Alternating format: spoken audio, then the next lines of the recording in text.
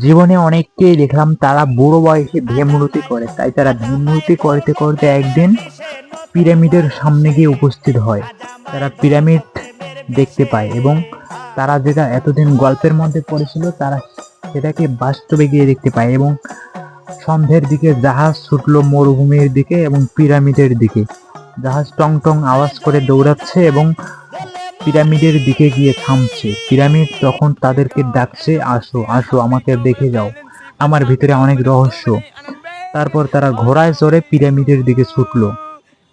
অবশ্য জাহাজ থেকে নামার পরে সূর্যাস্ত সঙ্গে সঙ্গে হলুদ হয়ে যাচ্ছে এবং সূর্য অস্ত গেল লাল নীল বেগুনি রং ধারণ করে। ভূমধ্যসাগর থেকে 100 মাইল দূরে সূর্য, তাই তারা সূর্যকে ধরতে যাওয়ার জন্য প্রস্তুতি নেয়। তারা সূর্যকে গিয়ে হনুমানের মতো খেয়ে ফেলে এবং মুহূর্তের মধ্যেই চারপাশটা অন্ধকারাচ্ছন্ন হয়ে যায় এবং অন্ধকারে কিচ্ছু দেখা যাচ্ছিল না। তাই তারা একটা টর্চ লাইটের ব্যবহার করে এবং সেটা বুঝতে পারি না, বুঝতে সে রং বদলে গিয়ে টিকটিকির মতো রং বদলে যায় এবং ভিন্ন ধরনের রূপ ধারণ করে ফেলে। আমরা বান্দর ছেড়ে বন্দরে ঢুকে গিয়েছিলাম এবং মরুভূমিতে আমরা ঘাস কাটতে থাকি এবং পিছনে তাকিয়ে দেখে একটা ষান্ডা আমাদেরকে ধরতে আসলেই আমরা তখন নিষ্প্রত হয়ে যাই এবং নিষ্প্রভ হয়ে তখন আমরা দেখতে পাই একটা দুবাইয়ের কি বলে এগুলোকে, দুবাইয়ের খলিফা, মিস্টার মিয়া খলিফা এসে ক্রমেই আমাদেরকে ধরে ফেলে। মরুভূমির উপর তারা চলাচল করতে থাকে এবং একটু একটু করে তাদের গলায় পিপাসা পেতে থাকে এবং তারা গলা কেটে পানি খেয়ে উটের মধ্যে চড়ে পড়ে এবং সবুজ শ্যামলী মাঝখানে ঢুকে যায়। সমস্ত ব্যাপারটা কেমন জানি ভুতুরে বলে মনে হচ্ছে। চলে যাচ্ছে দূর দিগন্তে, হঠাৎ যেন ঝাপসা অবছায়া পর্দায় ধাক্কা খেয়ে থেমে যায় তারা। তারপর দেখতে পায় তারা পিরামিডের ভিতর দিকে কি বলে ফেরাউন রাজপুত্রের পেটের মধ্যে ঢুকে থাকে। মাঝে মাঝে আবার হঠাৎ মোটরের দুমাথা উঁচুতে ওঠে, জল জল দুটি ছোট সবুজ আলো দেখতে পায়। ওগুলো কি ছিল? ওগুলো ভূতের চোখ নাকি? শুনেছি ভূতের চোখই সবুজ হয় না।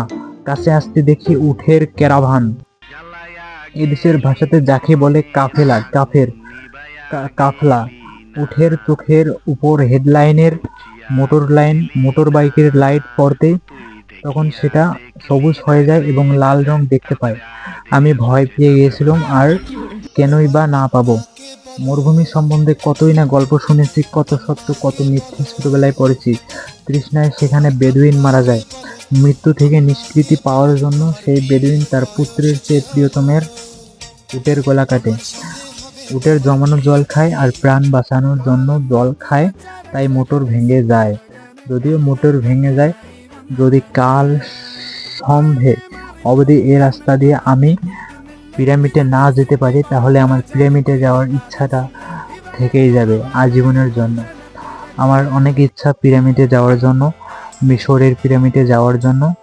তাই সেই পিরামিডের প্রতি অনেক ভালোবাসা এবং দেখার আকাঙ্ক্ষা ব্যক্ত করে আমি আজকের স্টোরিটা সাজিয়েছি। সো তোমাদের কেমন লাগছে? অবশ্যই তোমাদের যদি আমার ভিডিওগুলো ভালো লেগে থাকে তাহলে অবশ্যই আমাদের চ্যানেলটি সাবস্ক্রাইব করো অ্যান্ড আমাদের ভিডিওতে লাইক দিও। অ্যান্ড তোমরা চাইলে ভিডিওগুলো ডাউনলোড করে টিকটকেও আপলোড করে দেবে, টিকটকে, ফেসবুকে ইত্যাদি যত জায়গায় আছে সমস্ত জায়গায় কেটে কেটে আপলোড করে দেবে। অবশ্য প্লিজ তোমার কাছে একটা অনুরোধ, সেটা হচ্ছে আমার চ্যানেলের লিঙ্ক অথবা চ্যানেলের নাম ওখানে টাইটেলে অথবা ডেসক্রিপশনে যেখানে পারো লিখে দিবা, পিন কমেন্টে লিখে দিবা, যেন আমার চ্যানেলটা সবাই একটু সাবস্ক্রাইব করে, যাতে আমার উপকার হয় তোমাদের উপকার হয়। সো এটুকুই তোমাদের কাছে কামনা। সো বাই বাই, ভালো থাকিও, গুড বাই।